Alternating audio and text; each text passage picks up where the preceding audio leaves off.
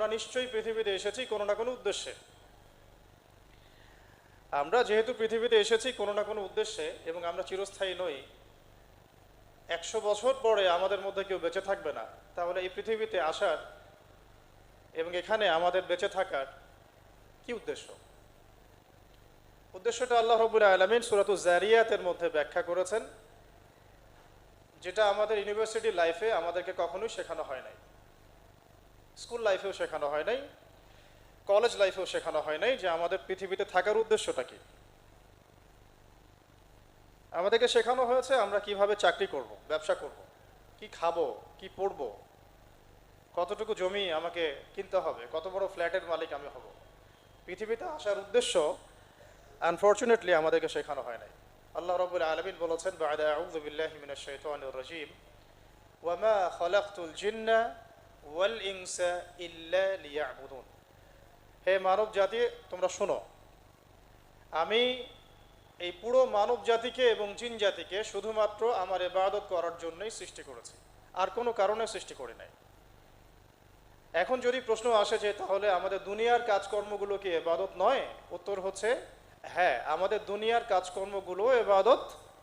এমনকি আমাদের ইস্তেঞ্জা করা, ওয়াশরুমে যাওয়া, খাবার খাওয়া, ঘুমানো পর্যন্ত ইবাদত, যদি কিনা সেটা 3টা শর্ত মেনে চলে। 1, সেটা আল্লাহ পাকের সন্তুষ্টির জন্য হয়। 2, সেটা নবী সাল্লাল্লাহু আলাইহি ওয়াসাল্লামের সুন্নাত তরিকা মোতাবেক হয়। এবং এই ইবাদতগুলো করার জন্য আমার রিজিকটা হালাল হয়। তাহলে আমার দুনিয়ার প্রত্যেকটা কাজ ইবাদত বলে গণ্য হবে। সেটা হতে পারে আমার মুসলিম ভাইকে সালাম দেয়া, হাসি মুখে মুসাফা করা, আমার স্ত্রীর সাথে মিলিত হওয়া, তার মুখে খাবার তুলে দেয়া, আমার সন্তানকে চুমু খাওয়া,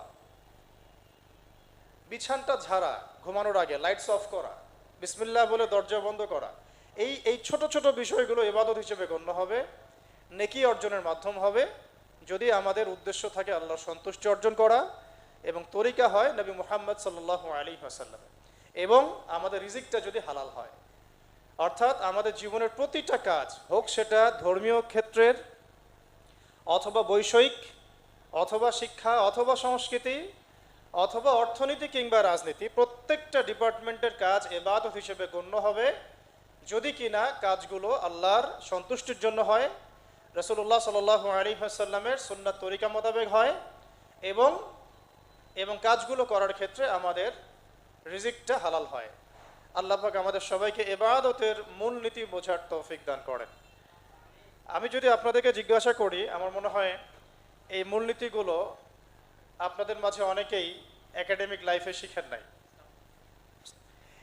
এটা আমাদের জন্য আফসোসের, এবং আমি বারবার স্ট্রংলি একটা কথা বলি যে আমাদের শিক্ষা সিস্টেমটা ফেল করেছে আমাদের তরুণ প্রজন্মকে আল্লাহ চেনাতে, পরকাল চেনাতে, তার নবীকে চেনাতে, ইসলামের বেসিক ফান্ডামেন্টাল সম্পর্কে ধারণা দিতে, ইভেন ফরজে আইনের যে জ্ঞানগুলো আছে এই জ্ঞানগুলোও তাদেরকে খুব একটা শেখানো হয় নাই। এই দায়ভার আসলে আমাদের জাতিগতভাবেই আমাদের সবার উপরে বর্তাবে।